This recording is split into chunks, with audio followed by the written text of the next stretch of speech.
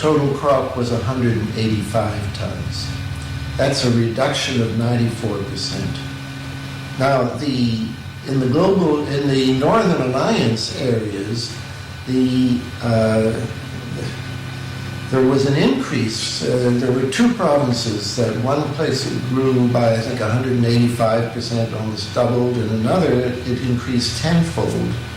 But even so, the Northern Alliance provinces, with their huge increase, they were 90% of this year's crop, but 90% of 185 tons is not enough to offset. There was a net loss of 3,100 tons of opium, and that would have been such a fantastic improvement in the world opium scene. But now that they are replanting fields all over Afghanistan with opium, that possible victory we could have seen over drugs is being wiped out as a result of the U.S. intervention. May 2001, Deputy Secretary of State, one of my favorite guys in the whole world, Richard Armitage, a former Navy SEAL who used to go on kill missions in Laos and Cambodia, who has been dealing drugs for most of his adult life, who was involved in Iran-Contra and death squads, and who has been around this world as a covert operative, goes to India at the same time while the DCI, the CIA director George Tenet, travels to Pakistan.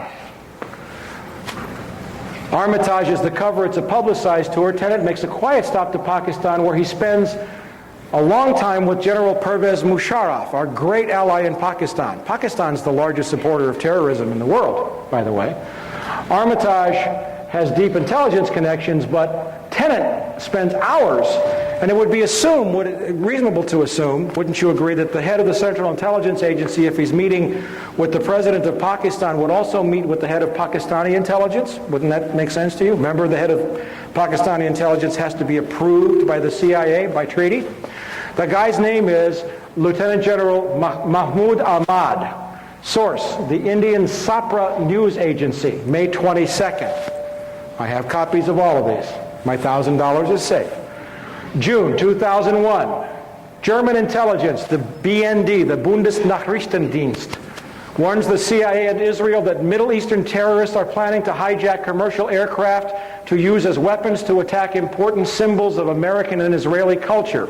Source, the Frankfurter Allgemeine Zeitung, that's a great newspaper in Germany, September 14th. July 2001. Three American officials, Tom Simmons, former U.S. ambassador to Pakistan, Carl Inderfurth, former Assistant Secretary of State, Lee Coldren, former State Department expert on South Asia, meet with Pakistani and Russian intelligence officers in Berlin and tell them that the U.S. is planning military strikes against Afghanistan in October. A French book, La Vérité Interdite, discloses that Taliban representatives often sat in on the meetings.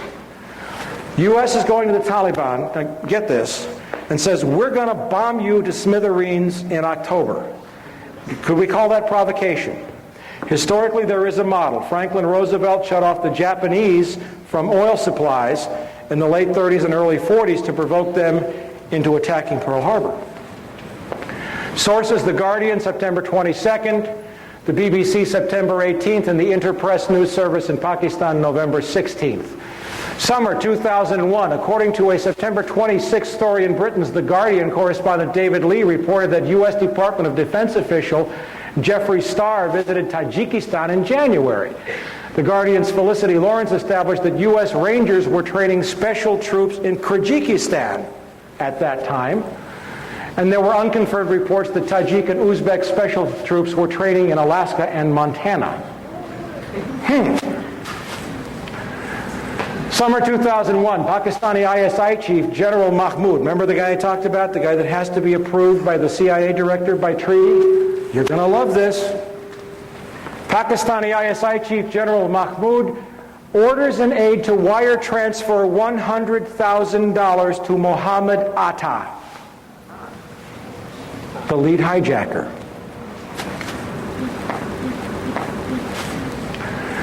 who was, according to the FBI, the lead terrorist in the suicide hijackings. Mahmoud recently resigned